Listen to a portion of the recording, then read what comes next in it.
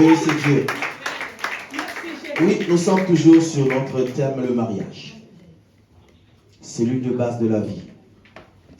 Et nous avons dit la fois passée, nous aurons 6 points à partager. Le premier point, c'était sur la définition.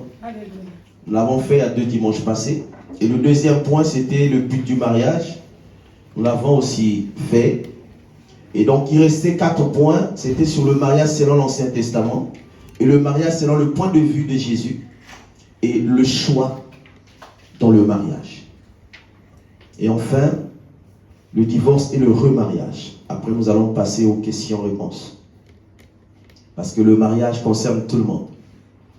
Ce n'est pas parce qu'il y a Ben et Delphine qui se marient aujourd'hui que nous allons dire que le mariage concerne seulement ce couple. Non.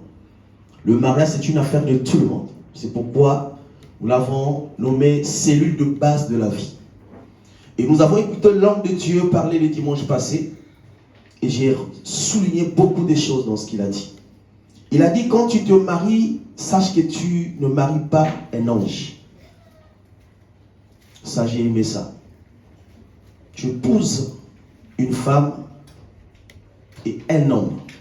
C'est-à-dire que c'est lui ou celle qui a l'esprit, qui a l'âme et qui a la chair. Dieu, la Bible déclare dans le livre de Jean 4, qu'il est esprit et que ceux qui l'adorent, l'adorent en esprit et en vérité. Dieu n'est pas un homme. Dieu n'a pas la chair, il a pris la forme humaine seulement pour venir sauver l'humanité. Mais en réalité, Dieu est esprit. Les anges sont spirituels, c'est des esprits. Ça veut dire qu'ils n'ont pas la pression du système de ce monde, les anges. Tu ne verras jamais dans un supermarché un ange en train d'acheter un pack d'eau.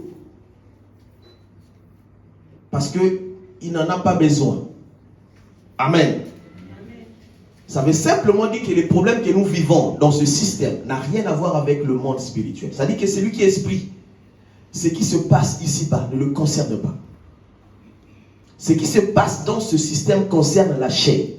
Donc toute personne qui porte la chair sur elle, le mariage fait partie de sa vie. Même quand tu es célibataire.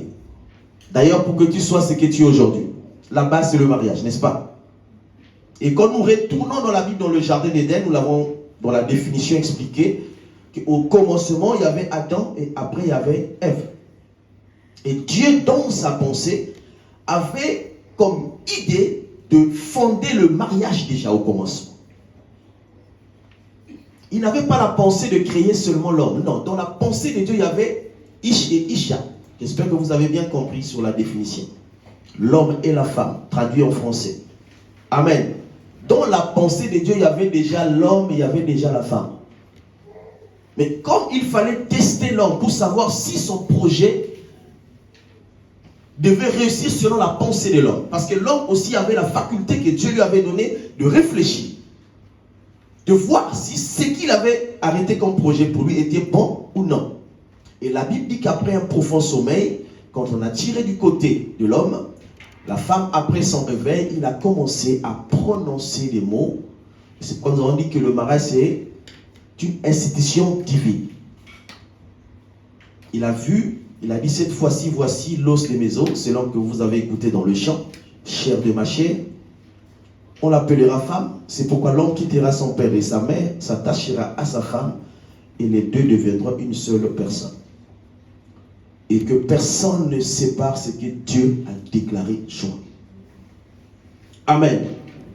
Dans ce qu'il a dit, il a dit plein de choses. Est-ce que vous avez compris le message du dimanche passé?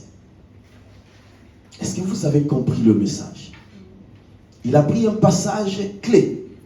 Genèse chapitre 24. Il expliquait plein de choses dans ce chapitre. Je ne sais pas si quelqu'un dans la salle a compris le message de l'homme de Dieu. Alléluia.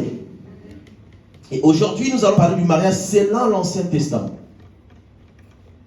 Parce qu'aujourd'hui, le sujet du mariage selon la Bible fait polémique dans beaucoup de contrées. on parle de la monogamie, on parle de la polygamie, on parle de beaucoup de choses. Mais tout se trouve dans la Bible. C'est pourquoi beaucoup de gens qui n'ont pas la compréhension des Écritures se disent, mais comment ce même Dieu peut accorder la polygamie, ce même Dieu peut s'opposer à la polygamie? Le problème, c'est qu'il faut avoir la compréhension. Nous avons le logos, nous avons le réma, la révélation, comprendre la pensée de Dieu. Et vous lisez le texte, il y a Jésus qui est intervenu, il y a les évangiles qui ont intervenu, il y a l'apôtre Paul qui est intervenu dans les épîtres. Il les ramenait tous au commencement. Il n'en était pas ainsi. Ça veut dire qu'après l'institution du mariage selon Dieu, les hommes sur la terre, pour leurs propres intérêts, ont pensé à modifier ce que Dieu avait planifié pour l'homme ou pour la femme. C'est pourquoi quand nous revenons dans l'Ancien Testament, nous avons le mot Baal. Le mariage dans l'Ancien Testament, en hébreu, le mot c'est Baal. C'est le même mot qui est utilisé pour les dieux de Baal. Si vous lisez, je crois que c'est dans 1 Roi, chapitre 18, l'histoire des prophètes de Baal et d'Astarté, qui étaient confrontés à Élie, tout seul avec 850 prophètes, 450 et 400, sur la montagne de Carmel. Les prophètes de Baal, Baal c'est le même mot en hébreu qui est utilisé pour eux, le mariage. Ça veut dire propriétaire. Ça veut dire maître. Ça veut dire possesseur. Ça veut dire seigneur. Ça veut aussi dire se marier. C'est le même mot qui était utilisé. Et dans la façon de voir des Juifs, ils considéraient la femme comme un matériel. Considéraient la femme comme, pas comme... nous l'avons eu la définition dans Genèse 1 et 2. Donc déjà par le mot Baal, c'est-à-dire que la femme était comme une propriété de l'homme. C'est-à-dire que l'homme pouvait tout faire sur sa femme. L'homme pouvait s'imposer, faire tout ce qu'il voulait sur sa femme. Et le droit le lui permettait de le faire. C'est pourquoi quand vous lisez dans la Bible, vous allez voir que selon cette traduction plutôt, une femme qui était stérile dans un foyer, pour eux, l'homme avait le droit de prendre soit la servante de sa femme, ou soit d'épouser une autre femme pour avoir un enfant. Amen.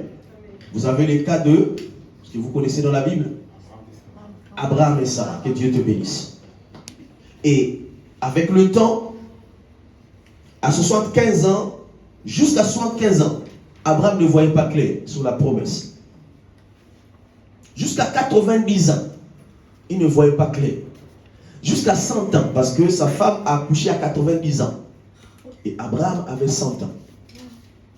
Et donc, de 75 ans qu'il avait reçu la promesse de Dieu, sans compter les années. Parce qu'ils étaient déjà mariés avant l'appel, dans le pays de Ur, en Chaldée. Ils étaient déjà mariés. Donc, quand Dieu appelle Abraham, il sort avec sa femme. Il sort avec son neveu Lot et ses serviteurs. Amen. Mais comme sa femme était stérile, selon la coutume juive, Abraham était libre de prendre la servante. C'est pourquoi elle-même, Sarah, propose à son mari de prendre sa servante. C'était de coutume, c'était normal. La loi le lui permettait de le faire, au cas où la femme ne te donnait pas les enfants. Amen. Amen.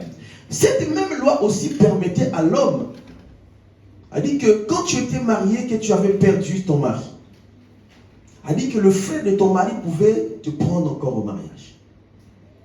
Amen. Amen. C'était comme ça. C'est-à-dire qu'on pouvait s'amuser avec la même femme dans une même famille. C'est-à-dire que si jamais, c'est pourquoi vous rencontrez l'histoire, je crois que c'est dans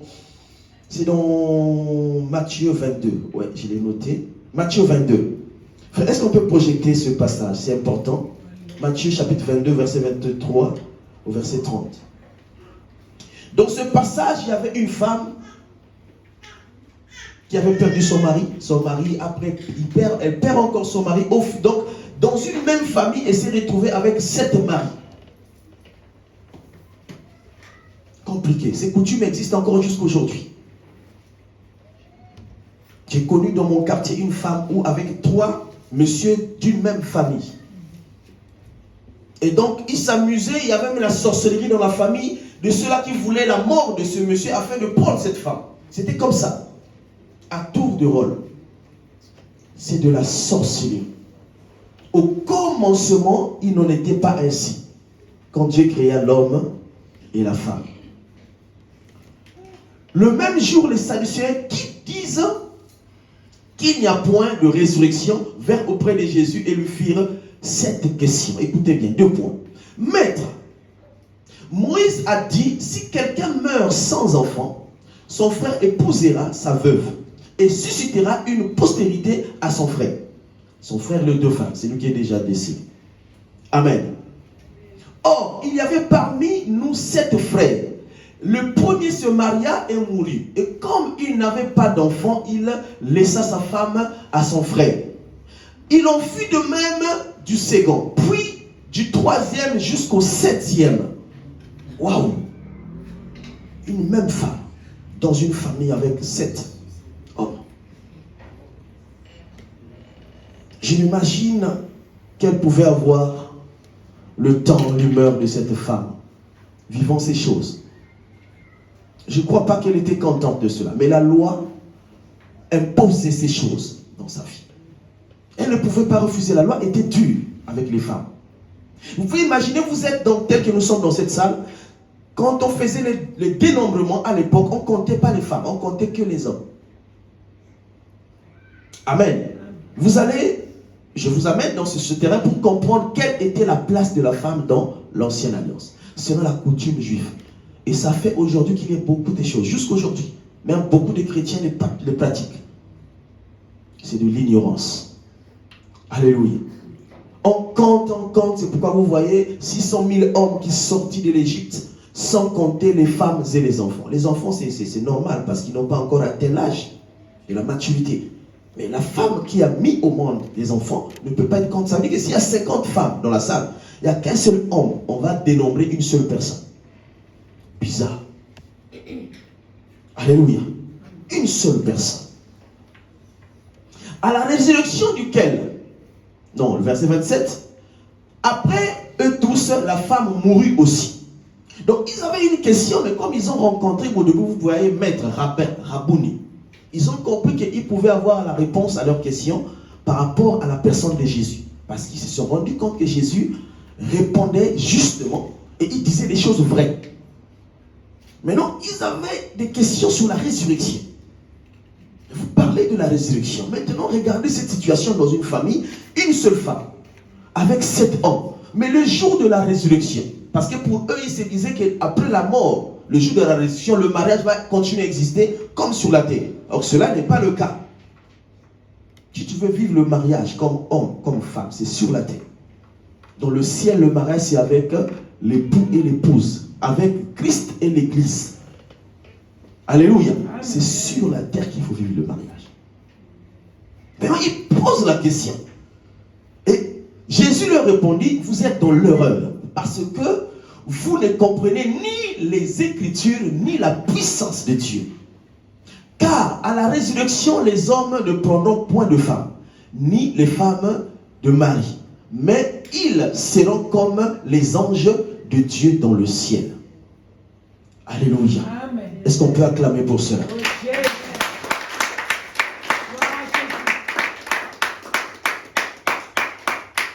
Quand vous lisez l'histoire de Ruth, lisez Ruth chapitre 1, 2, 3, vous allez comprendre qu'il y a une histoire de Boaz qui préfigure même la mort et la résurrection de Jésus, qui préfigure plutôt le rachat et la rédemption de Christ. Amen. Et dans cette histoire de Ruth, Ruth était épouse d'un juif. Amen. Et après le décès de son mari, alors elle va rester attachée à sa belle-mère.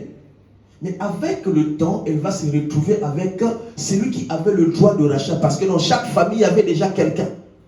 Elle dit que de ton vivant, on sait que si un tel meurt, c'est un tel qui va avec telle femme. C'était déjà connu comme ça. Et dans la lignée de cette famille, c'était Boaz. C'est pourquoi ça, c'est la lignée de la naissance de Christ. Ce nom est mentionné, Boaz. Et donc cette femme voulait rester au sein de cette famille, mais elle ne savait pas qui avait le droit de rachat pour sa personne. Parce qu'elle avait perdu son mari. Alléluia. Lisez Ruth chapitre 1, chapitre 2, chapitre 3, jusqu'au rachat. Vous allez comprendre cela. Donc c'était pour dire que dans l'Ancien Testament, c'était pas pareil comme dans le Nouveau Testament. Donc l'homme devenait maître de la femme. Et après avoir payé le mohar. Le mohar en hébreu c'est la dot. Donc quand l'homme payait le mohar, la dot pour sa femme, la femme devenait une propriété privée pour lui. Donc cela n'avait de valeur que quand l'homme payait sa dot. C'est pourquoi nous respectons la dot, parce que nous n'acceptons pas qu'un homme se lève un matin, aille dans une famille, prendre la fille d'autrui sans payer quelque chose. La dot, c'est la coutume. Et vous savez que Christ, quand il est venu, il a rencontré la coutume, il a rencontré la tradition. La tradition. La tradition est différente de la coutume. Amen. La tradition, c'est ce que nous transmettons de génération en génération à nos enfants, à nos petits-enfants, à nos arrière-enfants. Amen. La coutume, c'est ce que nous avons l'habitude de faire. Après avoir reçu l'éducation, la tradition nous rend des hommes attachés. Et quand nous sommes attachés à cette tradition, ça devient une habitude. Et c'est ça qu'on appelle la coutume. C'est-à-dire que quand tu sors le matin, tous les matins, tu reviens le soir. Souvent on dit, j'ai coutume d'aller au service. Ça veut dire que tu le fais tous les jours. Tu es allé la première fois, tu ne pouvais pas l'appeler ainsi. Mais quand tu pars plusieurs fois, ça devient comme quelque chose que tu as dans ta vie tous les jours. Amen. Donc quand Jésus arrive, Jésus rencontre la tradition juive, il rencontre la coutume juive. Parce que quand nous parlons de la loi, faisons très attention. Tout ce que les Juifs appliquaient selon la Torah, ou selon les psaumes, ou selon les proverbes, n'était pas forcément la loi de Moïse. Alléluia. Il y a des choses qui venaient de leur coutume. J'ai dans mon village des choses qui disent qu'il y a des choses qu'on ne peut pas mettre la femme, parce que quand la femme voit, la femme ne cache pas de secret. C'est-à-dire que c'est des fétiches où il n'y a que les hommes qui sont dedans. Seulement, la femme qui peut participer à ces fétiches, c'est seulement une femme qui a accouché des jumeaux ou des jumelles. Et on appelle ça les mingales. Ça, c'est chez les Batéké. C'est-à-dire que quand vous avez des jumeaux, vous devez amener à un dieu. Vous amenez à ces dieux-là, et il y a des rituels qu'on fait, il y a beaucoup de choses, on renverse le vin, on fait beaucoup de choses. Mais il n'y a pas la femme, seulement la femme. Et on dit des choses. Un jour, si tu dis la vérité de ce que tu as vu aujourd'hui, tu meurs. Ceux qui vont te tuer, ce n'est pas ces fétiches-là. C'est des hommes qui t'ont vu. Et moi, j'arrivais au village. Et mon grand frère, si têtu qu'il était, moi j'avais peur. Quand j'arrive nouvellement au village, j'avais peur de ces choses. Il dit non, reste. Et fais comme si tu connais ces choses. Si on te pose la question, dis j'y connais. Je suis resté, j'ai vu des choses. Et celui qui faisait ces choses-là, c'est quelqu'un que je connaissais déjà dans le village.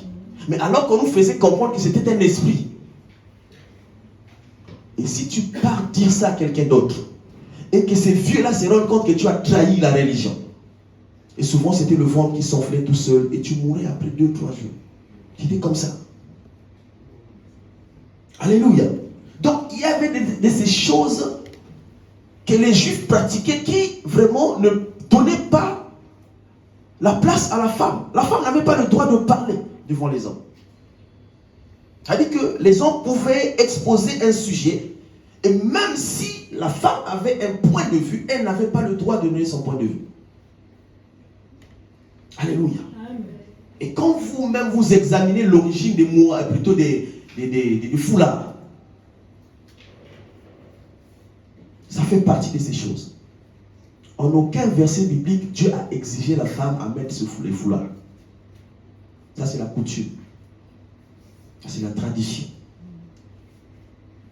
Parce que les Juifs s'entendaient qu'une femme mariée qui appartenait à un homme, comme c'était une propriété, on ne pouvait pas voir le visage de ma femme. Je ne permettais pas que quelqu'un d'autre voie ton visage. Et ce qu'ils font là, c'est des foulards. Au début, c'est pas ça. C'est la burqa. Ça dit qu'on cachait tout le visage. Même les parties des mains, ça ne se faisait pas voir. Ça dit que ma femme, il n'y a que moi qui a le droit de voir son visage. Amen. C'était comme ça. Et les prostituées aussi pratiquaient la même chose. Parce que les prostituées, quand tu voyais une femme comme ça, soit mariée ou soit prostituée. C'est pourquoi 1 Corinthiens, je crois, c'est 1 Corinthiens 11 qui intervient là-dessus. En parlant du foulard. Et sa chevelure lui a été donnée comme foulard. Mais le voile n'est pas forcément un foulard. N'est-ce pas? Par contre, le foulard peut être un voile. Donc tout ça, c'était des pratiques juives. Pour rabaisser la femme, lui donner la place. A dit que pour ne pas que la femme révise en fait sa valeur par rapport à Genèse 1 et Genèse 2. Maintenant, quand Jésus arrive, c'est pourquoi j'aime cet homme, l'homme de Galilée. Je l'aime beaucoup. Il est tellement bon, merveilleux. Est-ce qu'on peut lire Matthieu 19, verset 3 à 9? Matthieu 19, 3 à 9. La Bible que les pharisiens l'abordaient, ils abordaient Jésus-Christ. Et dit, pour l'éprouver, est-il permis à un homme de répudier sa femme pour un motif quelconque? Alléluia. Amen. Vous comprenez là qu'il y avait problème. Parce qu'au début, la question est posée pour éprouver un maître. Alors que le maître, on ne peut pas l'éprouver. Il connaît toutes choses. C'est lui qui a institué le mariage. Donc ils avaient déjà, on appelle ça des questions miroirs, n'est-ce pas? Tu poses une question, mais tu as déjà la réponse. Un frère qui t'appelle, qui te dit des choses, tu réponds, il t'écoute. Mais en réalité, il ne t'écoute pas parce qu'il connaît déjà. Il a déjà un point de vue. Tu peux parler pendant 1 heure. Il reste, il t'écoute, mais en réalité, il ne t'écoute pas. Parce qu'il a déjà un point de vue. Est-il permis à un homme de répudier sa femme pour un motif quelconque? Parce que la loi de Moïse permettait à l'homme de répudier sa femme. De renvoyer sa femme pour un motif quelconque. Ça veut dire que si tu injuries ton monsieur avait le droit. Tu n'as pas préparé pour ton homme avait le droit. Ton homme te dit de rentrer à 19h, tu rentres à 20h, il avait le droit de te répudier. C'était la loi. Donc la loi était vraiment en faveur de l'homme. Vous remarquez que la femme n'avait vraiment pas sa place. Maintenant qu'il arrive, il dit, maintenant écoutez la réponse de Jésus. Il répondit, n'avez-vous pas lu que le Créateur au commencement fit l'homme et la femme? Fit Ish et Isha. Alléluia. Et qu'il dit, c'est pourquoi l'homme quittera son père et sa mère et s'attachera à sa femme et les deux deviendront une seule chair. Ainsi, ils ne sont plus deux, mais ils sont une seule chair. Que l'homme donc ne sépare pas ce que Dieu a joint. Pourquoi donc lui dit-il, Moïse a-t-il prescrit de donner à la femme une lettre de divorce et de la répudier? Alléluia. Il se confronte avec le maître et de la répudier. Il leur répondit, c'est à cause de la dureté de vos cœurs que Moïse vous a permis de répudier vos femmes.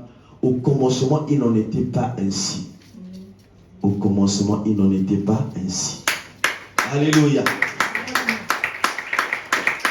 Le verset 9, c'est le verset que l'homme de Dieu nous a cité hier. Il a dit, tu peux avoir des véhicules, tu peux avoir de l'argent. Tu n'iras pas au ciel à cause de ces choses. Mais le mariage peut faire à ce que ton salut soit, il a utilisé le mot compromis. Il a dit que le mariage peut être un frein pour toi pour aller au ciel. Parce que n'oubliez pas que nous sommes des pèlerins sur la terre, nous avons un temps tellement court. Et qu'après ce temps, nous avons la vie qui nous attend. Est-ce que vous croyez avec moi? Nous avons la vie éternelle parce que l'esprit ne meurt pas. Et notre vie dépendra de cette vie que nous menons aujourd'hui. Et c'est pourquoi il a dit que le mariage peut compromettre ton salut, la vie éternelle. C'est-à-dire que tu peux tomber dans une embuscade. C'est-à-dire que dans un endroit où il ne fallait pas que tu te retrouves. Et que ça affecte ton salut. C'est-à-dire que tu te mariais, les gens sont venus, les gens ont acclamé, les gens ont donné des cadeaux. Et à la fin, tu pars en bonne santé en enfer. À cause du mariage. C'est pourquoi nous avons dit, Faisons attention. Mais je vous dis, celui qui répudie sa femme, sauf pour infidélité. Infidélité ici, c'est en grec, c'est la prostitution. Le mot qui est traduit vraiment, c'est la prostitution. Et ici, le mot répudier, c'est renvoyer. Ce n'est pas le divorce. Dans le jargon de Jésus, le mot divorce n'a pas existé. Nous sommes dans une école de disciples. Allez faire des recherches, c'est très important. Amen.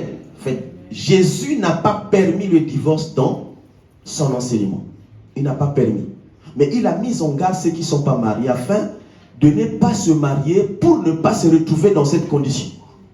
Et que ceux qui sont mariés demeurent dans le mariage. Que personne ne sépare. Ce que Dieu a déclaré joint. Hein, papa? Mais je vous dis, celui qui répudie sa femme, sauf pour infidélité, et qui en épouse une autre femme, commet l'adultère avec cette femme. Or, l'homme de Dieu a dit, les adultères n'hériteront pas le royaume des cieux. Ça veut dire que jusqu'à la fin, c'est seulement la mort qui va vous séparer, ou le retour de Jésus. Donc, quand on rentre, c'est un chemin de non-retour. Alléluia. Ça va, Delphine? Un chemin de non-retour. Une fois que tu rentres dedans, c'est fini. Vaut mieux de prendre son temps d'observer. Paul a conseillé à ses disciples de rester célibataires comme lui. Parce qu'il connaissait l'état d'âme de ses disciples. Il a dit, je préfère que vous restiez comme moi. Parce que tel que je vous vois, la colère que je vois en vous, là, vous risquez un jour de mourir. C'est pourquoi il a dit, restez comme moi. Parce que je vous connais. Dans ce domaine-là, vous n'allez pas arriver. Ça va compromettre votre salut. Alléluia. Donc, sauf pour celui qui commet l'adultère. Et ici, là, le mot infidélité, j'ai dit, c'est la prostitution. Je crois que c'est chorizo en grec, si j'ai bonne mémoire. C'est chorizo. Oui.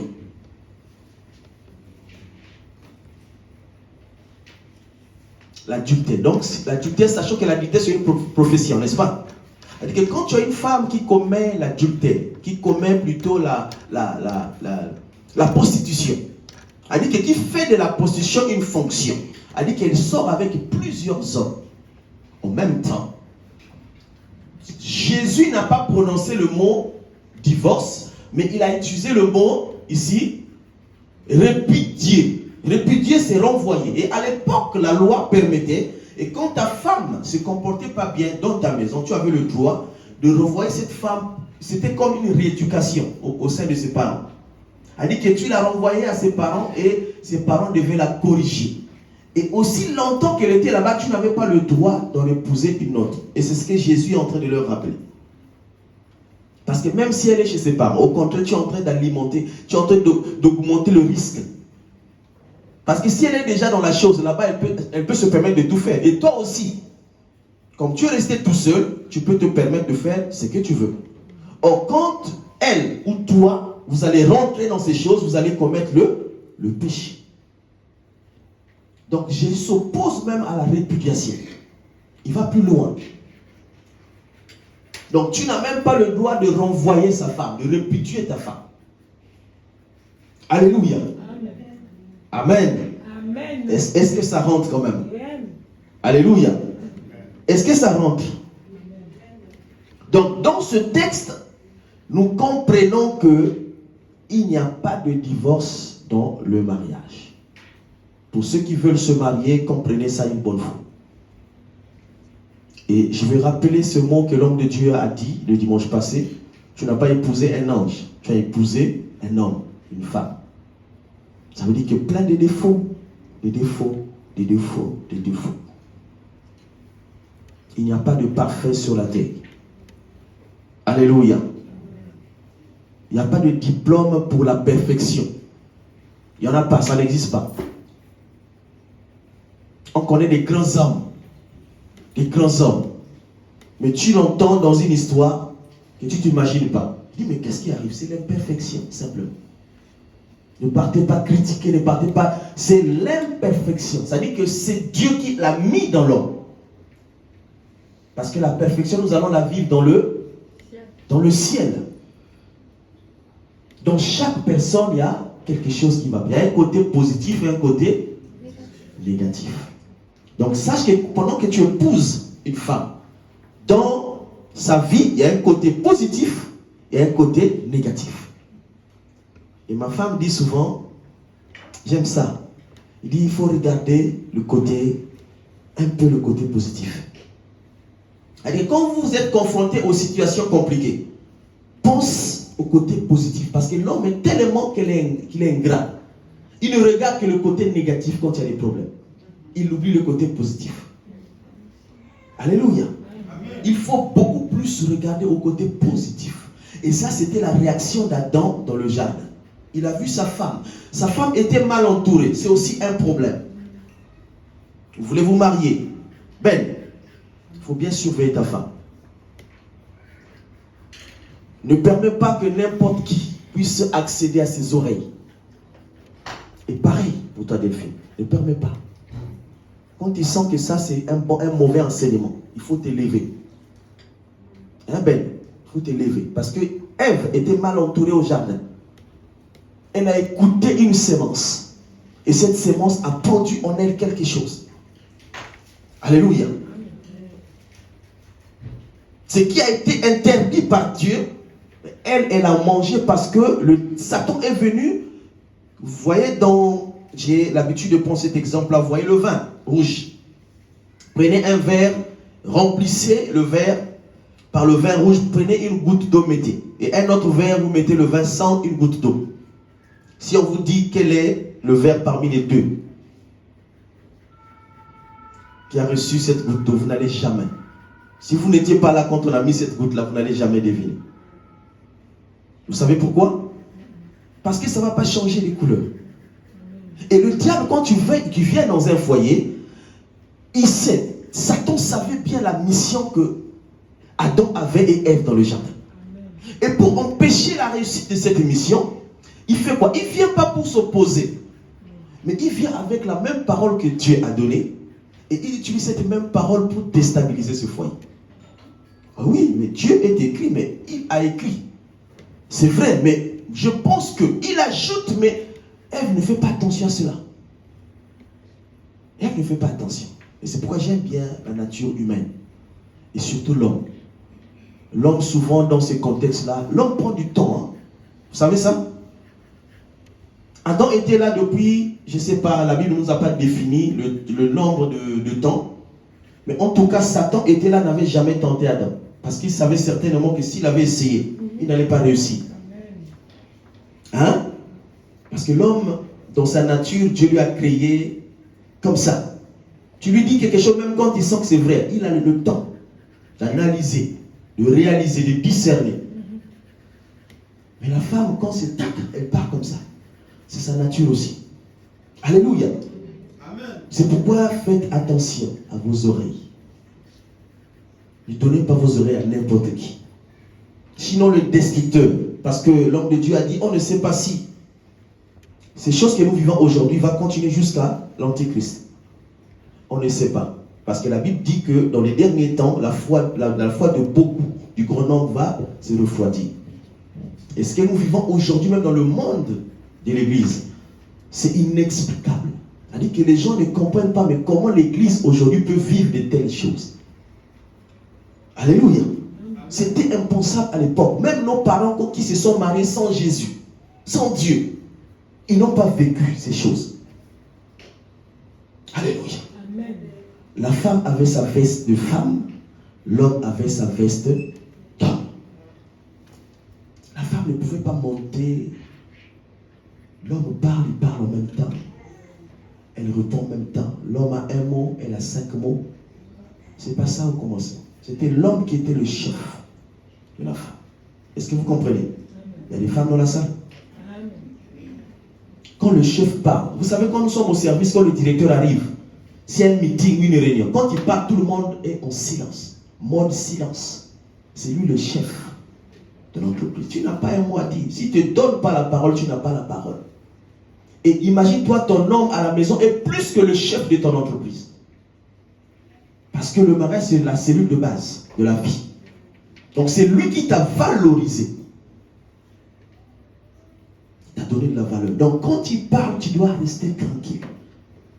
Même quand il a tort, tu lui laisses finir. C'est donner la veste à... Vous savez, les problèmes aujourd'hui dans les foyers, c'est... On a partagé le vendredi, mais vous n'êtes pas souvent le vendredi. Venez souvent partager la parole de Dieu. Le problème ici s'oppose. S'il y a plusieurs, pourquoi tant de divorces? Parce que chacun ne se retrouve plus dans sa veste que Dieu a donnée. La femme ne se retrouve plus dans sa position de femme. L'homme ne se retrouve plus dans sa position de mari. Simplement. Ou encore, j'ai aimé ce que le frère a dit, ou encore la précipitation. Il a dit que tu rentres dans un domaine où tu ne maîtrises pas. Parce que tu as vu quelqu'un se marier, tu as entendu parler du mariage, mais sans prendre le temps, et tu te retrouves dedans. Et quand tu rentres maintenant, c'est là que tu commences à...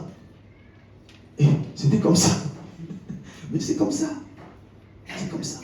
C'est une association qui est comme ça. Tu ne vas pas le changer. Ce n'est pas toi qui vas changer. C'est une grande école. L'école des grands messieurs. Alléluia. Donc c'est Jésus qui vient, il répond à la question pour redonner la valeur à la femme qui avait perdu toute sa valeur. Donc dans la lecture que nous avons fait, le mot ici ce n'est plus Baal, c'est maintenant Gaméo ou Gamizo, qui veut dire donner une femme en mariage. Ça veut dire se marier, ça veut dire épouser. Donc Jésus veut remettre en place la position de la femme. Au commencement, il n'en était pas ainsi. Quand l'homme a vu la femme, l'homme a dit des choses. Vous savez que c'est sur la base de ta déclaration qu'on peut te condamner, n'est-ce pas? Et il ramène à la déclaration d'Adam. Il a dit, voici cette fois-ci, l'os de maison, chair de ma chair. On l'appellera femme. C'est pourquoi l'homme quittera son père et sa mère, s'attachera à sa femme, et les deux deviendront une. C'est la multiplication, ce n'est pas l'addition. Il ne faut jamais additionner 1 plus 1 égale à 1. Ça n'existe pas. C'est une formule qui n'existe pas en mathématiques. Parce que les esprits n'ont pas cette formule. C'est 1 fois 1. 1 fois 1 égale à 1. Amen. Ce n'est pas 1 plus 1. 1 plus 1 égale à 2. Il n'y a pas... Allez de midi à 4. 1 plus 1 égale à 2. Vous lisez bien dans le livre de Genèse, Dieu utilise la formule de multiplication. Il n'a jamais additionné. 1 fois 1 égale à 1. Alléluia. Est-ce que vous saisissez? Donc, la définition, le mot gamizo ou gaméo, qui veut dire prendre une femme au mariage, donner une femme au mariage, toujours en recevant la dot. Et quand j'ai dit que Jésus est venu rencontrer la tradition et la coutume, et il a pris ce qui était bon dans la coutume juive, c'est ce qu'il a gardé dans la loi. Ce qui était mauvais, il a fait quoi? Il a écarté. Parce que même la dot faisait partie de la coutume juive. Alléluia. Et comme c'était bon, parce que dans la coutume, on ne va pas dire quand même que tout est mauvais. Il dit que le maire aujourd'hui a décidé qu'il y a tellement de problèmes dans les mariages. Maintenant, nous devons avoir un acte. Vous devez signer devant les autorités. Parce que vous vous amusez trop. Tant qu'il n'y a pas de problème, vous êtes tranquille. Mais tant qu'il y a des problèmes, vous n'avez pas un justificatif. C'est-à-dire qu'il n'y a pas un document qui peut attester que moi, si je commets cet acte-là, moi, j'irai, par exemple, au tribunal. Maintenant, il impose. Mais quelque part, en réalité, c'est une bonne chose, vous savez. Vous savez que c'est une bonne chose. Parce que je connais beaucoup qui ont peur de cela. Et j'ai connu quelqu'un de ma famille qui a dit jamais, il peut faire la dot, il peut aller à l'église, mais jamais il n'ira à la mairie. Parce que là-bas, s'il part là-bas, c'est la condamnation. Avec quelle intention tu le fais? Alléluia. Parce que si tu commets quelque chose, eh bien, on va te poursuivre. Tu peux perdre tes biens. Vous savez? Maintenant, ceux qui sont malins, ils disent non, je ne veux pas aller à la mairie. Je me limite à l'église, je me limite aux parents, à la dot. Sachant que le mariage, c'est la dot. Est-ce que vous le savez? Le mariage, la définition du mariage. c'est la dot. L'église ne marie pas, la mairie ne marie pas, c'est les parents qui marient. Je vois un silence plat. Je dis, mais celui-là, qu'est-ce qu'il est en train de raconter? Alléluia. À l'époque, la responsabilité dans l'ancienne alliance a été donnée au chef de famille. C'est-à-dire que le père de l'enfant avait la paternité de bénir son enfant dans chaque événement. C'était comme ça. C'est pourquoi vous voyez dans Genèse 24, dans l'histoire du mariage de Rebecca et Isaac, il n'y a pas eu l'église. Vérifiez dans la Bible de Genèse à Apocalypse, il n'y a pas eu une église où on a institué, on appelle ça comment? La bénédiction nuptiale. Ça n'existe pas dans la Bible. Il n'y a pas, même la vie des apôtres, il n'y a pas des mariés qu'on a bénis dans l'église. Alléluia. Le mariage, ce n'est pas l'église qui marie, c'est papa et maman de la famille de la femme, papa et maman de la famille du monsieur. C'est-à-dire que les enfants, à un niveau donné, ont compris qu'il y a quelque chose qui se passe. À l'époque, c'était soit le père qui choisissait la femme, comme pour le cas d'Isaac, pour son enfant, parce qu'il se connaissait à l'époque que les villes étaient restreintes, c'était des villages, il se connaissait. Il connaissait cette famille-là, si j'envoie mon fils, il va se perdre. Je préfère telle famille, parce que là-bas au moins il y a une bonne éducation. C'était dans cette intention-là qu'il le faisait. Ce n'était pas des mariages forcés. C'était pour garder la bonne ambiance ou la bonne éducation des enfants qu'ils avaient. Chez moi, ça existe jusqu'aujourd'hui, cette coutume. Est-ce qu'on peut acclamer un peu pour changer un peu de...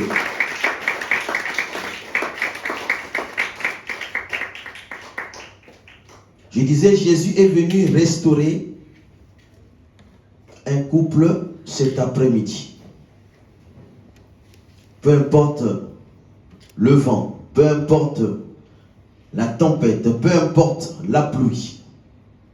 Après la pluie vient le beau temps. Est-ce que nous croyons à cela? Ça, c'est un proverbe français qui le dit, n'est-ce pas? Après la pluie vient le beau temps. Peu importe la situation. Peu importe les problèmes. Il n'y a pas un problème que Dieu a permis sur la terre, qu'il n'y ait pas une solution. C'est nous souvent les hommes qui pensons qu'il n'y a pas de solution parce que nous avons des avis déjà. Alléluia. Nous pensons non, c'est impossible. Déjà quand tu prononces le mot impossible, la situation devient impossible. Alors que dans ma Bible il est écrit tout est possible à celui qui croit. Et rien n'est impossible à Dieu. C'est-à-dire que quand tu vois ton mari avec un comportement qui n'est pas adéquat à la parole de Dieu, qu'est-ce que tu as fait? Tu vas aller l'injurier, tu vas aller faire la publicité, tu vas aller parler mal de ton mari. Non. Tu dois faire quoi? Tu dois prier pour ton mari. Parce que tu sais que mon mari n'est pas parfait. C'est un homme, il peut se tromper. Tu regardes ta femme en train de commettre des erreurs. Qu'est-ce que tu as fait? Tu dois aller rentrer dans ta chaudière, prier pour ta femme. Et avoir le temps du dialogue. C'est important dans le mariage. Aujourd'hui, c'est rare. On s'aime la première semaine, le premier mois, un an maximum. Après, on devient comme les... Je ne sais pas comment. On n'a plus le temps d'aller au restaurant manger. On n'a plus le temps de s'échanger. On dit que Dieu revenait chaque soir visiter Adam pour consolider la relation. Vous savez, l'amitié. Jésus, pour quitter l'étape de maître pour arriver à l'étape de l'amitié. Il y a un temps, une période. Il y a eu des échanges, je ne sais pas combien de fois, mais plusieurs fois en tout cas. Parce que chaque relation, pour la consolider, il faut s'échanger, obligatoire. Sinon, c'est des soupçons qui vont prendre la place. Parce que quand tu ne connais pas la personne, tu vas commencer à imaginer des choses. Alléluia. Ta femme est sortie pour aller faire les achats, tu vas penser que ta femme est allée quelque part. Et simplement parce que tu ne la connais pas. Ton mari est parti quelque part, tu vas penser qu'il est allé ailleurs. Parce que tu ne le connais pas. C'est lui qui connaît son mari. C'est lui qui connaît sa femme. Il comprendra que mon mari est quelque part. Ma femme est quelque part. Pourquoi? Parce qu'ils ont le temps de s'échanger. Frère, quand tu vas te marier, il faut penser à ça. Dialogue. Parce que c'est l'homme qui doit édifier la femme. Il faut édifier la femme. Et la femme, vous savez que la femme ne demande pas beaucoup de choses. Ah, j'ai étudié un peu la femme. Ma femme, je l'ai étudiée un peu. La femme n'est pas compliquée. C'est nous les hommes qui sommes plus compliqués. La femme, quand tu lui as dit des bonnes choses, c'est ça qu'elle aime. Quand tu la mets les conditions qu'il faut, elle est tranquille. C'est tout. Alléluia. Est-ce que vous me comprenez? Il y a des hommes aussi dans la salle. Eh bien, moi j'ai vécu avec un gaillard dans ma famille. Lui, tu lui dis ce genre de choses, il dit non mais non, toi tu, comme l'homme de Dieu a dit, tu es Yosa Yuma yo. A dit que, comment on a défini Yuma? C'est pas timide, non, timide c'est pas... Un peu. Oui, un peu, oui. Timide. Un peu timide, mais un peu heureux. Peuré, oui. Mais Yuma Pesa, c'est trop bon. Il n'y a pas un mot, je vois que ça ne concorde pas. Il y a quelqu'un qui n'a pas le courage de faire des choses quand il faut le faire. Un lâche, voilà, le mot vraiment, c'est un lâche. Ah, voilà. Donc, s'il était là dans la salle, il allait dire que tu es un lâche. C'est des choses qu'on ne fait jamais à une femme. Mais qu'est-ce qui te prend, toi? Même si tu connais, ne dis pas ça. Oh, mais je vais dire ça à qui? Je vais dire ça à qui? Ah, si je meurs demain, est-ce que j'aurai encore le droit de parler? C'est maintenant qu'il faut dire. C'est comme on dit dans un adage, aimez-vous vivant. C'est pas après la mort. Alléluia. Donc je sais que quelque chose peut se passer. Et ce proverbe me rassure qu'après une grande pluie, annonce un beau temps. C'est-à-dire que même quand vous traversez les moments difficiles, ne restez pas dans la situation que vous traversez. Regardez beaucoup plus dans quoi? Dans la leçon que Dieu veut vous enseigner. Amen. Que Dieu te bénisse. Prophète. C'est un enseignement. C'est-à-dire que chaque épreuve pour un couple, c'est un enseignement. Maintenant, ce qui arrive dans les couples, c'est quoi? Quand il y a une situation, non, chacun dans sa position, l'autre dans sa position. On n'a pas le temps. Parfois, Dieu peut amener ta femme dans un comportement, mais Dieu veut t'enseigner, toi l'homme. Mais tant que tu resteras dans le jugement du comportement de ta femme, tu ne vas jamais te corriger. Et vice versa. Toi, la femme, tu trouves l'homme, il est toujours dans l'ivrognerie, il est comme ça. Mais cet homme, je ne sais pas, mais Dieu veut t'enseigner. Il y a quelque chose en toi que tu ne veux pas lâcher. Et Dieu, c'est lui qui permet que cet homme soit comme ça. Ce n'est pas sa volonté, c'est Dieu. Et tant que tu vas rester dans cette position de voir cet homme comme un brigand, tu vas demeurer avec ses défauts. Or, Dieu veut quoi? Il veut enlever ses défauts en toi. Donc, il faut comprendre, discerner la volonté de Dieu dans chaque situation. Dans chaque situation. Et moi, souvent, je reviens toujours au début. Quand je suis emporté dans des situations compliquées, pour me rafraîchir, je reviens au début. Comment j'étais avec ma femme? Comment on s'est connus? Et quand je reviens là, je me retrouve. Je dis non. C'est pas cette femme, c'est ma femme. Et je commence à me prêcher moi-même. Et je prie et je demande quelle est la notion, quel est l'enseignement que tu veux me donner par rapport à cette situation. Alléluia. Quel est l'enseignement que tu veux me communiquer par rapport à cette situation?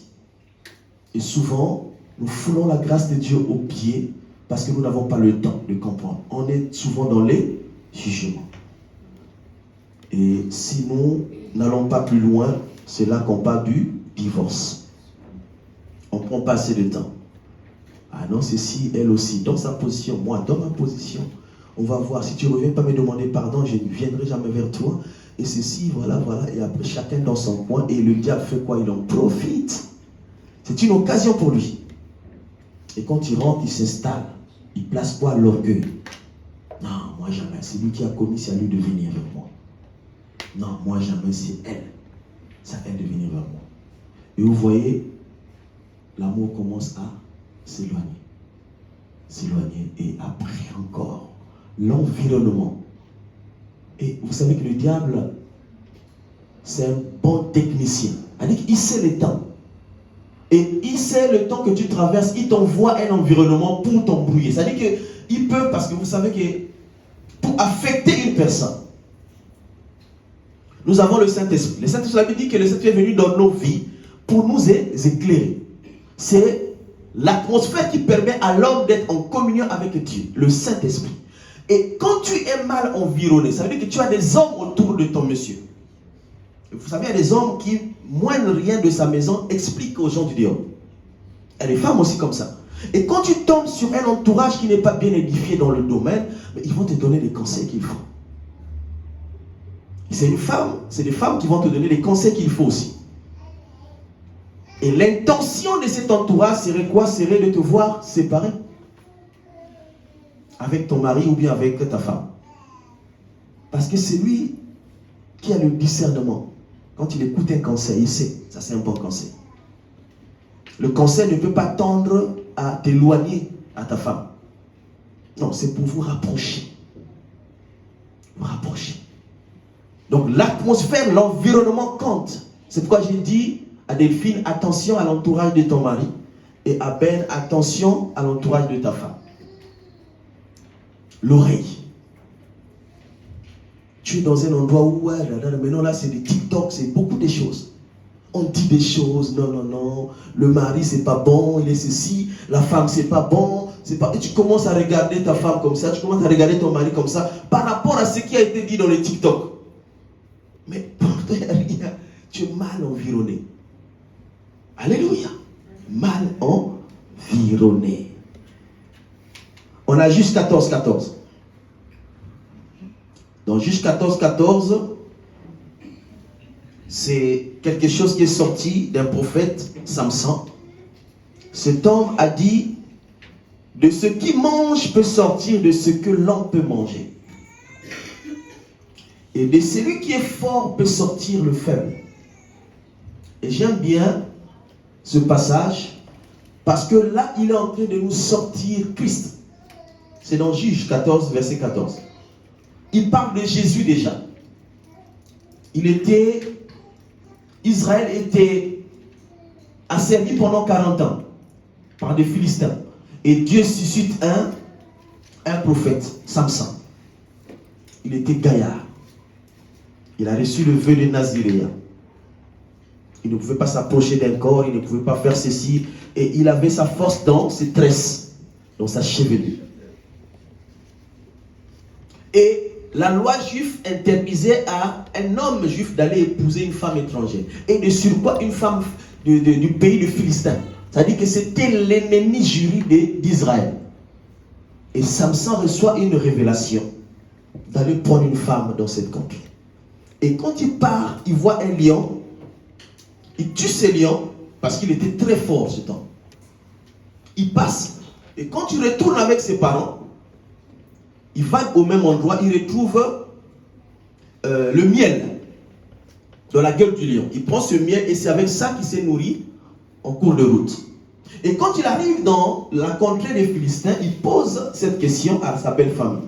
Et si vous trouvez cette réponse, je vous donnerai, je ne sais pas combien de chemises il avait dit. Et la question était là. Vous pouvez lire toute l'histoire, vous allez comprendre. Et il leur dit, c'est Samson qui dit, de celui qui mange est sorti ce qui se mange. Et du fort est sorti le doux. Pendant 3 jours, ils ne purent expliquer l'énigme. Et c'est parce que sa femme, il avait expliqué à sa femme qui a donné l'énigme à sa famille. Mais sinon, il n'avait pas trouvé. Donc c'est pour dire quoi? Ça dit que l'homme que tu vois aujourd'hui, la femme que tu vois aujourd'hui, peut paraître fort, mais de la même personne peut sortir quelque chose qui a de la valeur, ou qui est plus doux, qui est plus douce. De la même personne. Parce que là, il est question d'Apocalypse chapitre 5. Un Dieu élevé, qui n'avait pas la position humaine, qui n'avait pas la forme humaine, mais qui va prendre la même personne, qui était assis sur le trône, qui va prendre la forme humaine pour revêtir la chair et venir habiter au milieu des hommes comme Emmanuel. Un Dieu fort, tout puissant, Elohim, il se rabaisse. Il prend la forme d'un agneau. Du plus fort peut sortir le plus doux. Seulement, il faut comprendre les stratégies. Alléluia. De celui qui mange peut sortir ce qui se mange. Ça dit que même le plus méchant. Vous avez écouté l'histoire du fou de Gadara, qui rompait les chaînes, qui faisait n'importe quoi. Mais ce fou, après, est devenu un évangéliste.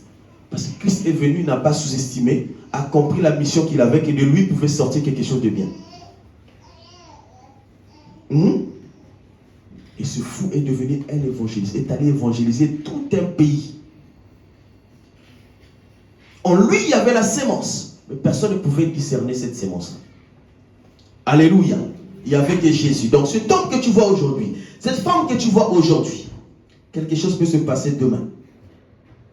Seulement si tu es à l'écoute de la parole de Dieu. Si tu as le discernement de la parole de Dieu. De toute façon, quand tu divorces, ça veut dire que tu ne vas plus jamais te marier. Est-ce que vous m'entendez? Ça veut dire que tu vas rester comme ça toute ta vie, sans te marier. Parce que si tu t'hasardes à te remarier, tu commets l'adultère avec cette femme à vie. Et même si tu te remaries, tu penses que tu vas trouver une femme qui va être mieux que la femme que tu as perdue. Mais tu te trompes. Parfois tu prendras... dans cette société, il y a des choses. Nous avons des histoires que nous avons écoutées. Tu penses te débarrasser de cette femme ou de ce monsieur pour prendre un ou une qui est mieux, mais tu vas regretter toute ta vie. Mais comme dans l'homme ou dans la femme, il y a l'orgueil, tu ne vas jamais le dire devant les gens. Tu dis, ah non, lui il avait ses défauts, mais il était mieux. Tu vas commencer à maigrir, tu vas commencer à cacher. Parce que tu sais que si tu le dis, les gens sauront. Parce qu'il y a des gens certainement qui t'ont conseillé de ne pas quitter. Amen. Et tu seras obligé. Tu vas pleurer tous les jours. Tu vas dire non. Parce que celui-là, si je le quitte, ou celle-là, si je la quitte, qu'est-ce que les gens ne diront pas? Je suis super méchant. Je suis obligé de rester parce que non, ça fait quand même 2 fois. Personne ne va me croire. Non. Non. Alléluia. Reste. Alléluia. Reste encore. Dis à ton frère, reste encore. La patience. C'est la plus grande école de la vie. Quand vous lisez 2 Pierre chapitre 1 verset 1, tu peux projeter s'il te plaît. 2 Pierre chapitre 1, à partir du verset 5 jusqu'au verset 9. À cause de tout cela même, à cause des problèmes, tu peux remplacer avec ces problèmes que tu traverses même. Avec le problème dans ton mariage même. Avec le problème dans ton travail même. Avec tout ce que tu vis, faites tous vos efforts pour joindre à votre foi la vertu, à la vertu la science, à la science la tempérance, à la tempérance la patience, à la patience la piété, à la piété l'amour fraternel, à l'amour fraternel la charité. Amen. Donc la patience, moi j'étais ici sur la patience, reviens un peu en arrière. La patience. Tu peux avoir la foi mais ne pas être patient. Et quand un vent arrive dans ta vie, alléluia, tu dis, bon Seigneur, comme aujourd'hui, maintenant on veut commander Dieu. Non, moi je veux que demain, je veux que ça se passe demain. Mais tu sais, le temps de Dieu, s'il a prévu 5 ans, toi tu dis demain, tu veux commander Dieu. Lui qui a la volonté de toutes choses, lui qui connaît toutes choses, lui qui a existé avant que toutes choses ne soient. Il connaît ton mari, il connaît ta femme. Il faut attendre le temps de Dieu. Et ça, c'est la patience. Donc, tu peux avoir la foi, mais fournir des efforts à la fois la connaissance. Parce que la foi vient de ce qu'on entend. En écoutant la parole de Dieu pour se convertir, c'est la foi qui se produit en toi. Mais tu ne connais pas encore la parole de Dieu. Tu as écouté juste une partie de Jésus. Alléluia. C'est pourquoi on dit la foi a des grades, a des dimensions. Alléluia. Je connais ma belle-mère, actuellement, pendant que je vous parle, elle est malade. Elle est sortie de l'hôpital hier. Même étant malade, elle confesse toujours positif. Si quelqu'un ne te dit pas qu'elle est malade, tu ne sauras pas qu'elle est malade. Elle a la foi. Alléluia. Il y a des gens, pour un rien, tu entends, tu dis, mais ça aussi c'est un problème. Ça aussi, c'est un problème. Mais tu fais de ça tout un problème que... Mais tu te poses des questions, mais c'est normal, parce que c'est sa foi qui est comme ça. Elle raisonne par rapport à sa foi. Mais là, ici, Pierre nous dit, faites tous vos efforts pour joindre à la foi, la vertu, l'honnêteté, la science, la connaissance, la patience, la maîtrise de soi. Qui aujourd'hui peut dire j'ai la maîtrise de soi? On est là? La maîtrise de soi, ça dit que quand tu as un problème, on te gifle par la joue gauche. Tu regardes la personne, un mètre. On a un mètre ici, la ceinture, je ne sais pas combien de dames. Elle dit que quelqu'un te gifle. Tu sais très bien que si tu le tiens là, tu vas l'écraser en quelques secondes.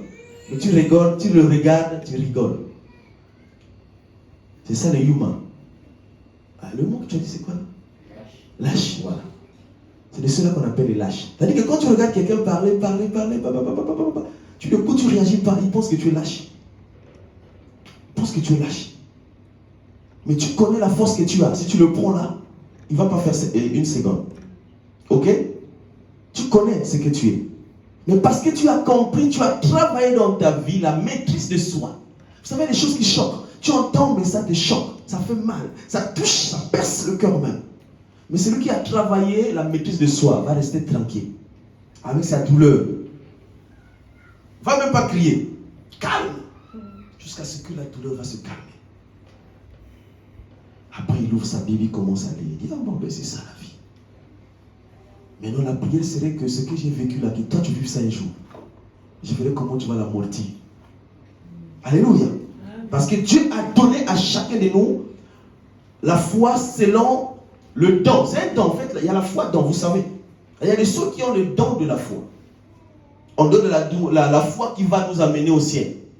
Quelqu'un, il vient, tu es malade, il te touche, tu es guéri. Un don pour ça. Alléluia. Mais la foi générale qui va nous amener au salut, c'est croire de tout son cœur. Et même si tu l'as, il faut joindre à cette foi. Il y en a 7 vertus. 7. À la fin, c'est la charité, c'est l'amour. L'amour agapé. C'est-à-dire l'amour de Dieu. À la fin, nous devons avoir cet amour de Dieu. Alléluia. Et ça, j'ai aimé la pensée de Pierre. Ça nous amène à se considérer comme réellement une famille dans le Seigneur. Le choix du conjoint, l'homme de Dieu l'a souligné la fois passée. Dans Genèse 24, je vais juste résumer en quelques mots. Le verset 1 dit, le plus ancien de la maison d'Abraham. A dit que pour se marier, il faut être vieux. Elle a dit qu'Abraham était vieux et avancé en âge. 2 expressions qui veulent dire la même chose, mais dans 2 dimensions. Elle a dit que pour rentrer dans ce domaine, il faut atteindre la maturité. Non seulement la maturité physique, mais aussi la maturité spirituelle. Parce que dans le mariage, il y a beaucoup de choses spirituelles qui se passent. Si tu n'es pas spirituel, tu ne vas jamais comprendre ces choses. Alléluia. C'est pourquoi insister sur l'entourage. C'est très important. Vous n'allez jamais voir Macron aller faire du bowling avec ceux qui jouent à côté. Pourquoi? Parce que c'est ce qu'il a fait pour cette nation. Pour lui, c'est une perte de temps. Il va s'asseoir avec des gens qui discutent le problème de l'Ukraine parce qu'il a quelque chose à prendre là-dessus, autant que président de la République. Donc, les oreilles, ma douille, c'est très important. C'est une faculté que Dieu nous a donnée pour écouter. Et quand on enregistre, c'est fini. À moins que tu aies vraiment la dimension spirituelle pour discerner, pour éliminer. Parce que quand nous écoutons, nous avons la capacité de mettre à l'écart et de prendre en considération ce qu'on nous a dit. Il faut que tu aies cette faculté. Sinon, moi je préfère ne pas écouter. C'est comme ça que j'ai opté dans ma vie. Quand je sens que là, il n'y a pas de bonnes choses, non, je préfère me retirer. Parce que je veux vivre la lumière. Je suis dans les choses et nous attendons le salut. Et le salut est proche de nous. C'est-à-dire que demain, après-demain, ça peut arriver. Et si le salut vient me trouver dans des conditions qui ne glorifient pas le Seigneur, je peux rater le Seigneur. Je peux rater mon salut. Donc nous devons connaître la personne. Jérémie 17, verset 9 à 10. Le cœur de l'homme est tortueux, méchant par-dessus tout. Qui peut le connaître? L'Éternel seul est capable de connaître le cœur de l'homme. Jérémie 17, verset 7 à 10, non, 9 à 10. Moi, l'Éternel, je prouve les cœurs, je sonde les reins, pour rendre à chacun selon ses voies, selon le fruit de ses œuvres. C'est l'Éternel seul qui connaît les cœurs. Alléluia. Et si tu veux te marier, va dans ta chaudière. Dis à Dieu, demande à Dieu de te donner une femme qui te convient. Parce que tu as aussi un mauvais comportement. Il faut qu'il y ait une femme qui convient à ce comportement. Va une femme dans ta chaudière, prie. Dis, je veux un homme qui concorde à mon comportement. Parce que toi aussi tu es méchante. Il faut qu'il y ait un homme qui supporte ton comportement. Et ça, il n'y a que Dieu qui connaît. Alléluia. Sinon, tu vas échouer dans ce domaine. Tu vas échouer largement. Le cœur de l'homme est tortueux, méchant par-dessus tout. Qui peut le connaître? Et là, nous voyons que Éléazar, dans le chapitre 24 de Genèse, il envoie le plus ancien de sa maison, qui est aussi symbolisé par le Saint-Esprit. Est-ce que vous le savez? Le plus ancien de la maison de Dieu, c'est le Saint-Esprit. Donc Éléazar, ici dans la maison d'Abraham, est représenté comme le Saint-Esprit. La seule personne qui était témoin de la création, qui connaît tout de la création. C'est le Saint-Esprit. Donc c'est lui qui va aller à la recherche de l'épouse pour Isaac, le fils d'Abraham. Alléluia. Donc il faut interroger le Saint-Esprit. Le Saint-Esprit, toi qui connais. La sonde, nous avons fait quand même pendant des années travailler dans les offshore, en mer. Ça, pas offshore des banques, non. Offshore en mer. On appelle ceux qui travaillent en mer, c'est-à-dire qu'ils sont off. Ils sont sur les plateformes pétrolières, tout ça. J'ai passé plus de 10 ans là dans ce domaine. Et là-bas, pour aller explorer le pétrole, il faut la sonde. Parce qu'il y a 4000 mètres de profondeur, un homme ne peut pas aller. Tu vas mourir. Il fait tellement froid. On envoie les sondes. Les médecins, pour aller voir une maladie qui est dans ton estomac, ils envoient la sonde. N'est-ce pas? Même dans la maçonnerie, on utilise le même instrument. On dit que c'est un niveau où l'homme ne peut pas atteindre. On envoie quelque chose qui peut aller et donner le résultat par rapport à ce que l'homme a besoin. Et nous, notre sonde, c'est le Saint-Esprit. Le Saint-Esprit. Il sonde les cœurs, il sonde les reins. On ne mélange pas. Et il a cherché dans sa famille. Alléluia. Il a cherché dans sa famille. Parce qu'il savait que Rebecca devait supporter Isaac. Parce qu'il s'agissait de la progéniture, de l'alliance qu'il avait avec Dieu. Et cette alliance devait durer. C'est pourquoi nous appelons le Dieu d'Abraham, d'Isaac et de Jacob. Donc, Abraham était conscient de cette alliance. Et le fruit de cette alliance, ça devait continuer de génération en génération. Et il suffisait que son fils ait une mauvaise femme. Ça devait compromettre cette alliance. C'est pourquoi il va se lever, il va décider de choisir la femme pour Isaac. Isaac avait ses défauts, Rebecca avait ses défauts, mais comme c'était le choix d'Éléazar de Damas, le plus ancien de la maison d'Abraham, comme c'était le Saint-Esprit qui avait, avec des signes, avec des preuves, peu importe les problèmes, personne ne pouvait s'opposer à cela, parce que c'est Dieu qui avait décidé. Alléluia. C'est un domaine où tu peux rentrer, tu vois des choses. Ne compare jamais le mariage de X avec Y. C'est pas pareil. Il ne faut jamais se comparer. Si tu pars dans des comparaisons, tu vas échouer dans ces domaines. Alléluia. Ton mariage, c'est ton mariage. Mon mariage, c'est mon mariage. Le mariage du frère, c'est le mariage du frère. Le mariage de la sœur, c'est le mariage de la sœur. Chacun de nous a ses réalités. Nous n'avons pas les mêmes problèmes. Nous n'avons pas les mêmes défauts. Nous n'avons pas les mêmes situations. Non, là-bas j'ai vu, ils sont allés au restaurant, toi aussi il faut m'amener au restaurant. Non, non, c'est pas comme ça. Ça ne fonctionne pas comme ça. Alléluia. Là-bas j'ai vu la télé à combien de pouces ici. Non, non, non, ça ne fonctionne pas comme ça. Chacun de nous a sa façon de voir les choses. Vous devez rester ensemble, vous échanger, dialoguer, dire des choses qu'il faut sceller, parce que la femme ici est une aide semblable à l'homme. Est-ce qu'on peut acclamer pour le Seigneur? Dans le choix, il faut que ce soit un membre de la famille, il faut être clair dans sa demande. Il faut avoir l'aval des parents. Pour que le mariage, je vous ai dit au départ, le mariage, c'est pas l'église qui marie, c'est pas la mairie qui marie, c'est la famille. Donc il faut que le père et la mère de l'enfant soient d'accord. On ne force pas le mariage. Amen. Il faut la vie de ces deux familles. Il faut qu'il y ait un accord pour que le mariage soit réellement un mariage.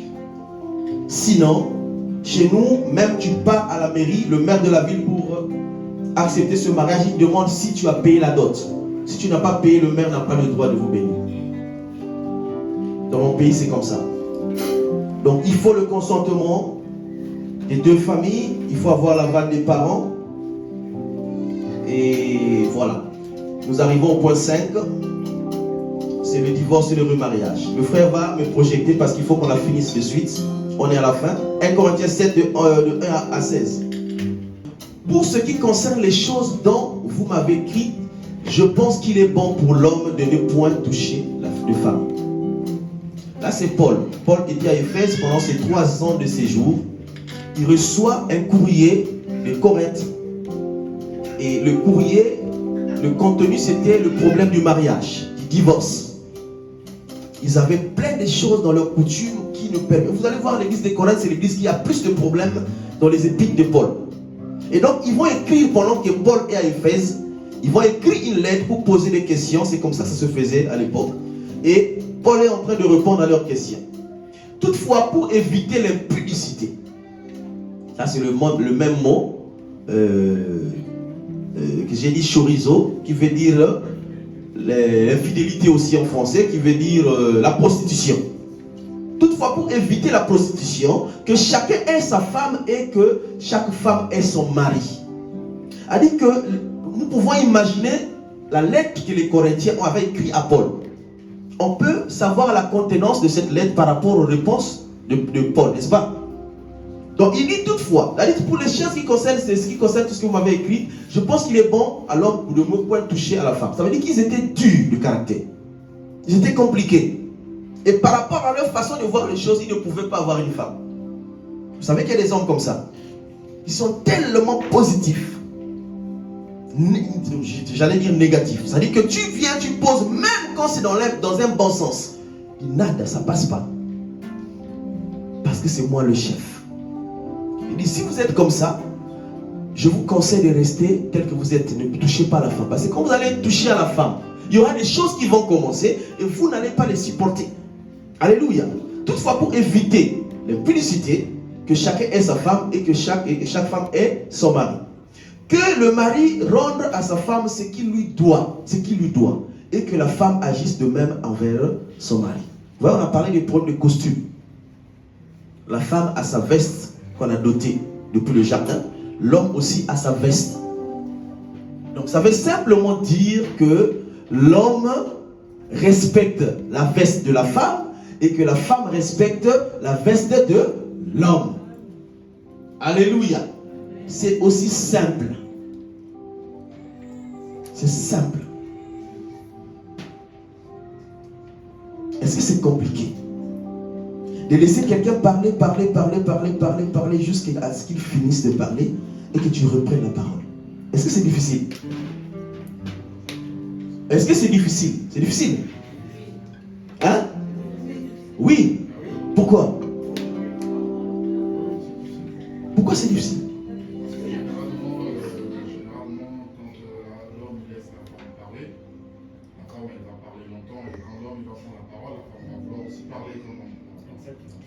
Donc ça veut dire que quand l'homme va parler, que la femme se taise, c'est ce qu'il est en train de dire. Et quand la femme va parler aussi, que l'homme se taise. Mais toutefois, quand vous parlez, que ces paroles que vous allez utiliser soient pour soit la réconciliation ou l'avancement. Est-ce que vous comprenez? Si c'est dans ce sens-là, peu importe le temps que ça va durer. Moi, j'ai suivi les films, je suis fan des films. Et des films de 3 heures du temps, tu restes là parce que tu vois des séquences de films, tu as envie de revoir encore le film. Ou des séries. Pourquoi? Parce que tu suis des choses qui affectent ce que tu vis.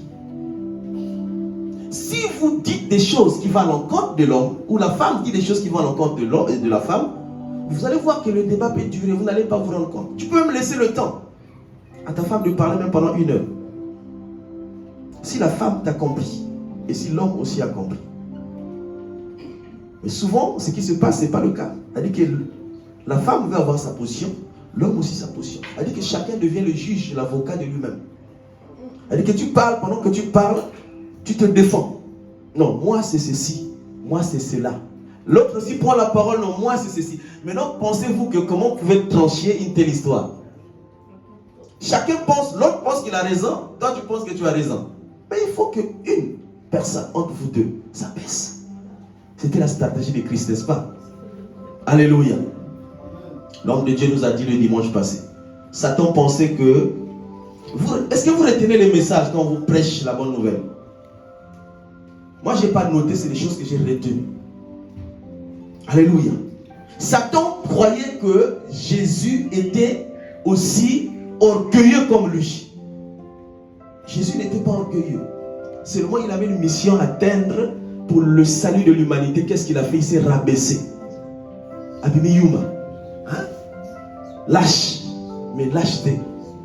Jésus n'était pas lâche. Il comprenait. Il savait ce qui se passait. Il savait ce qui se disait. Mais il était calme parce qu'il avait une mission à accomplir avec ce peuple. C'est pourquoi on dit que jusqu'à la croix, il est allé comme un agneau. Il n'a revendiqué aucun droit, alors qu'il avait tous les droits. Il s'est laissé aller à l'abattoir comme ça. Alléluia. Ne vous privez pas l'un à l'autre si ce n'est d'un commun accord pour un temps, afin de vaquer à la prière. Puis retournez ensemble, de peur que Satan ne vous tente par votre incontinence. Ça, c'est souvent les hommes de Dieu, les femmes qui prient beaucoup. Non, moi, c'est d'abord la prière. Moi, c'est d'abord le jeûne. Le mariage, c'est une alliance. Et ça, c'est la Bible. C'est Paul qui dit. Même si tu pries beaucoup pendant 6 heures du temps, si ton mari te dit, j'ai besoin de toi maintenant, tu dois arrêter la prière, tu dois te conformer à ce que ton mari t'a dit. C'est ce qu'il dit, c'est pas moi, c'est ce qui est écrit. Ne vous privez point l'un à l'autre. Si ce n'est d'un commun accord pour un temps. C'est-à-dire que tu coupes. Tu respectes l'alliance du mariage et après tu repars la prière. La Bible a tout dit, n'a pas caché quelque chose. Il n'y a pas Bible, prière. Tu n'as même pas le temps de parler avec tes enfants. Même pas le temps de rester avec ton mari. Il y en a des femmes aussi, maintenant là, des prophétesses surtout. Toujours dans les prières, dans les réseaux sociaux, on n'a pas le temps. Et tu l'entends parler, tu dis, mais c'est celle-là, qu'est-ce qu'il peut dire à son mari? Autoritaire. Alléluia. Autoritaire. J'ai dit cela par condescendance. Je n'en fais pas un ordre. Je voudrais que tous les hommes fussent comme moi. Mais chacun tient de Dieu un don particulier. L'un d'une manière, l'autre d'une autre. C'est ce que je vais expliquer. Il voulait que les hommes qui voulaient se marier restent comme lui. Parce que Paul n'avait pas de femme. Paul était célibataire. C'est ce qui l'a permis de faire tout ce qu'il a fait. Il n'avait pas de problème de la tête. Oh, ma femme a fait ceci, mes enfants vont aller. Il n'avait pas ça. Il n'avait que la Bible. Alléluia. Et c'est Dieu qui l'avait appelé dans ce ministère. Et quand Dieu t'appelle comme ça, il t'enlève les envies. C'est pas comme les hommes de Dieu qu'on voit aujourd'hui. Non, moi je ne me marie pas, mais tu le vois avec... Tu vois ses photos quelque part avec une autre femme, tu vois, il dit, il ne se marie pas, il a le don de célibat. Non, quand tu as le don de célibat, tu deviens un eunuque né. C'est-à-dire que Dieu t'enlève les envies. Et tu ne sers que le bon Dieu. Et verset 10, à ceux qui sont mariés, vas-y, monte. J'ordonne non pas moi, mais le Seigneur, que la femme ne se sépare point de son mari. On en a déjà parlé, n'est-ce pas? Il faut encore une explication là? Pour ceux qui sont mariés, hein, Delphine Ben, je reprends. À ceux qui sont mariés, j'ordonne non pas moi, mais le Seigneur, que la femme ne se sépare point de son mari. Si elle est séparée, qu'elle demeure sans se marier ou qu'elle se réconcilie avec son mari. Et que le mari ne répudie point sa femme. Verset 14. Aux autres, ce n'est pas le Seigneur, c'est moi qui le dis. Mais on savait que Paul avait l'Esprit de Dieu, n'est-ce pas? Et ce qu'il disait ne pouvait que venir de Dieu. Donc, je le dis, si un frère a une femme non croyante et qu'elle consente d'habiter avec elle, qu'il ne la répudie point. Et si une femme a un mari non croyant et qu'il consente d'habiter avec elle, qu'elle ne répudie point son mari. C'est pourquoi nous, l'Église, on ne s'oppose pas au mariage. Peu importe les formes. Si c'est un mariage, nous savons que c'est une institution divine. Alléluia. C'est une institution divine. Si le non-croyant, le verset 15, si le non-croyant se sépare, qu'il se sépare, le frère ou la sœur ne sont pas liés dans ce cas-là. Dieu nous a appelés à vivre en paix. Car que sais-tu, femme, si tu sauveras ton mari?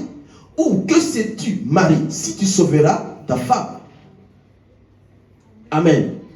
Ça veut dire que quand vous êtes dans ce contexte-là, le mari est croyant, la femme est non croyante, ça veut dire que ton rôle sera le rôle du pasteur. Le but sera de gagner cette femme pour le Seigneur. Tu vas la mener au Seigneur. Amen. Et si tu es une femme, ton rôle sera aussi de gagner cet homme-là pour la mener au Seigneur. Maintenant, si vous trouvez que ça ne va vraiment pas aller, comme il dit, vous êtes appelés à vivre en paix. Amen.